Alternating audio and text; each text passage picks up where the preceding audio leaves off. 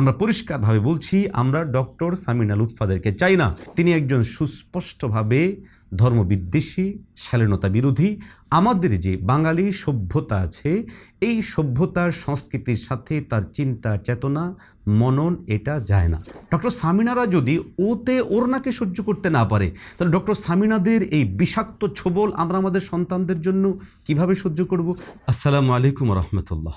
আজকে আমরা কথা বলবো সামিনা লুৎফাকে নিয়ে। আপনারা জানেন যে অন্তর্বর্তীকালীন সরকার আসার পর আমাদের পাঠ্যক্রম প্রণয়ন কমিটিতে বেশ কিছু বিতর্কিত ব্যক্তিদেরকে অন্তর্ভুক্ত করা হয়েছে।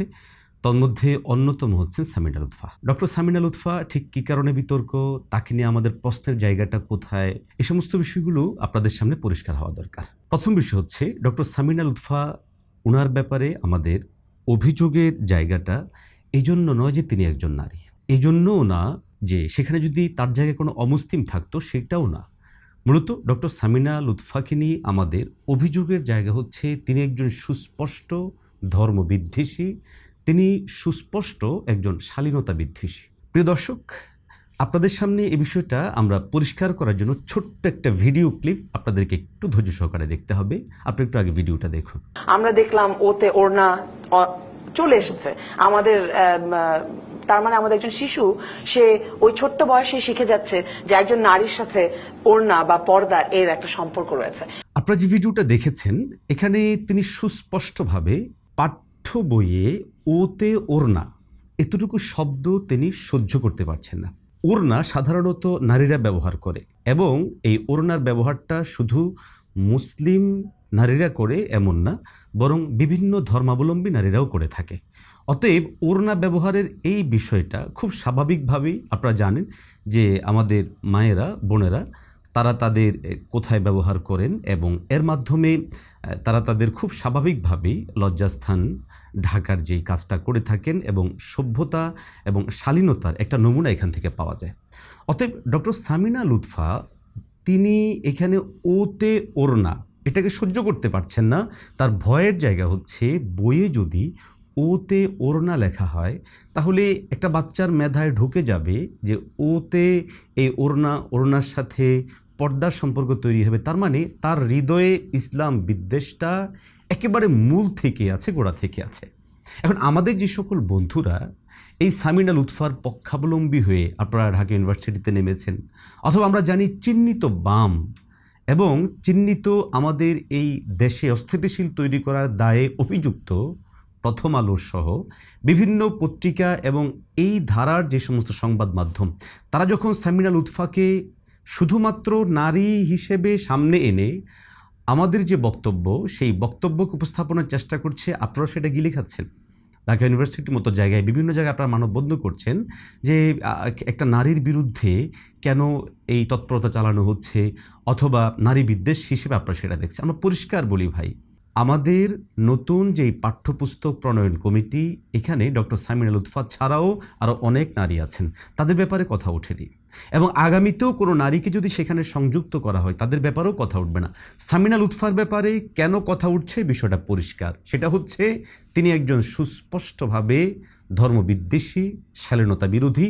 আমাদের যে বাঙালি সভ্যতা আছে, এই সভ্যতার সংস্কৃতির সাথে তার চিন্তা চেতনা মনন এটা যায় না, যার জ্বলন্ত নমুনা আমরা তার ভিডিও ক্লিপ আপনাদেরকে দেখিয়েছি। এখান থেকে আপনারা অনুমান করতে পারেন।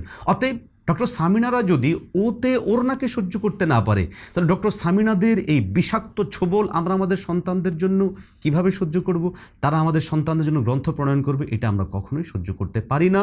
ন্যূনতম বুঝ আছে, বুদ্ধি আছে, ন্যূনতম সভ্যতা শালীনতা রাখে এমন কোনো অভিভাবক সেটাকে সহ্য করতে পারে না। নাম্বার 2, ডক্টর সামিনা লুৎফা তিনি শুধুমাত্র বিদ্বেষ রাখেন, এটা তার বিদ্বেষী মনের কারণেই না, তার অজ্ঞতাও রয়েছে।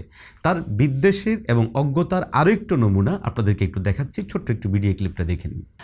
বাংলাদেশে যে ধর্মের আইনগুলো রয়েছে, সেখানে নারীর অবস্থান অবশ্যই অন্তত সম্পত্তির বিচারে পুরুষের চাইতে কম, এবং কম কেন বলে আমরা যদি এই দার্শনিক প্রশ্নটি উত্থাপন করি, তাহলে বুঝতে পারি যে আসলে কারণ নারীকে পুরুষের চাইতে অধস্তন হিসেবে তৈরি করে রাখা হয়েছে। প্রিয় দর্শক, আপনারা যে ভিডিওটা দেখেছেন, এই ভিডিওতে ডক্টর সামিনা লুৎফা ইসলামের কোরআন কর্তৃক স্বীকৃত এবং কোরআন কর্তৃক নির্দেশিত যে মিরাসি বিধান, এটাকে সে সুস্পষ্টভাবে আঙ্গুল দেওয়ার চেষ্টা করছে এবং এটাকে বৈষম্য হিসাবে দেখানোর চেষ্টা করছে।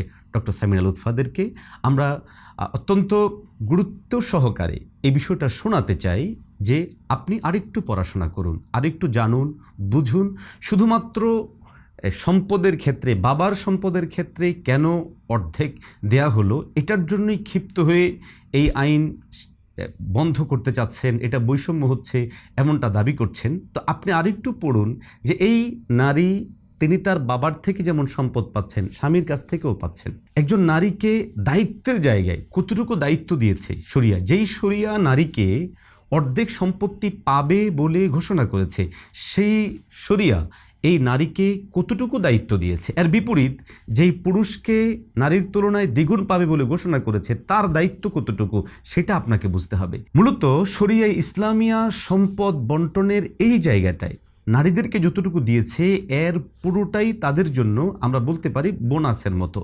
কারণ হচ্ছে, আপনারা সবাই জানেন যে একজন নারী তার শিশুকাল থেকে শুরু করে যৌবন পর্যন্ত তার পুরো জীবনের দায়িত্ব তার বাবার। যৌবন পরবর্তী বিয়ের জীবন, সেখানে তার পুরো দায়িত্বটা স্বামীর, এবং পরবর্তী সময়ে সন্তানদেরকে উদ্বুদ্ধ করা হয়েছে মায়ের দায়িত্ব গ্রহণের জন্য, এবং এক্ষেত্রে বিভিন্ন ধরনের ব্যবস্থাপনাও রাখা হয়েছে। এর বিপরীতে নারী তার ব্যক্তিগত যেই সমস্ত প্রয়োজনগুলো আছে, অন্ন, বস্ত্র, বাসস্থান, শিক্ষা, চিকিৎসা সহ সমস্ত জিনিসের দায়িত্ব কিন্তু পুরুষদেরকে দেওয়া হয়েছে। অতএব আপনারা যারা ডক্টর সামিনা লুৎফাদের বক্তব্য শুনে ইসলামের মধ্যে বৈষম্য খুঁজতে চেষ্টা করছেন এবং ভাবছেন যে আদৌ কি ইসলাম আমাদেরকে সত্যি কোনো ধরনের বৈষম্যের মধ্যে রেখেছে, না, ইসলাম পুরুষদেরকে সম্পদ যেমন বেশি দিয়েছে, দায়িত্ব বেশি দিয়েছে। একজন নারীর উপরে দায়িত্ব নেই তার স্বামীরকে খাবার, অর্থ, অন্ন, বস্ত্র, বাসস্থান কোনো জিনিসের যোগান দেওয়া, না তার সন্তানদের দায়িত্ব আছে, না তার বাবা মায়ের দায়িত্ব আছে। এর বিপরীত একজন পুরুষ